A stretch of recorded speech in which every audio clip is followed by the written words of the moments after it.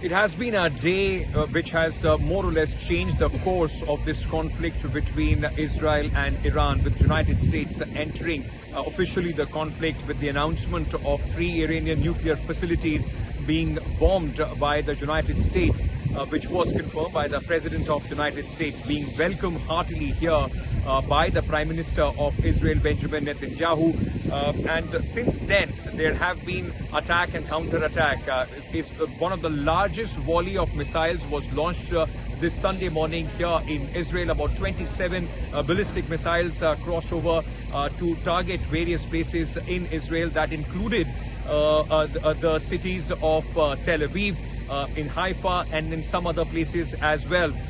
I'm standing in one of the suburbs south of the city of Tel Aviv, about 40 minutes from one of the, in fact, locations which was hit in Tel Aviv. And this is the impact behind me of those missiles, one of those missiles that in fact hit this place, which this house took a direct hit, completely damaging the house. We spoke to the owner earlier, who also said apart from the clothes on herself, there was nothing that they could salvage from the debris and the rubble.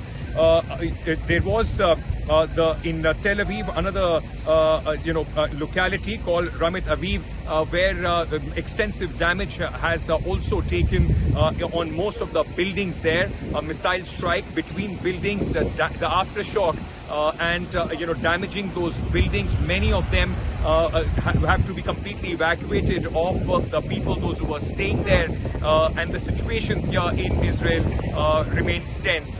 There have been reports of Israel ensuing another air raid in Iran as a response to the attack that took place in the morning. The people here, though, are in fear but resilient, and many of them wanting this operation to conclude and succeed. On the other end, for the Indian, those who are in Israel, what we have been told that the evacuation process is taking place smoothly. About 4 buses of more than 150 Indians left Tel Aviv this morning, and they would be going through the land route from the buses to Jordan, and from Jordan, Amman will be flown back to New Delhi. So that's in fact the latest and the sum of what happened, at least till the late afternoon here in Tel Aviv.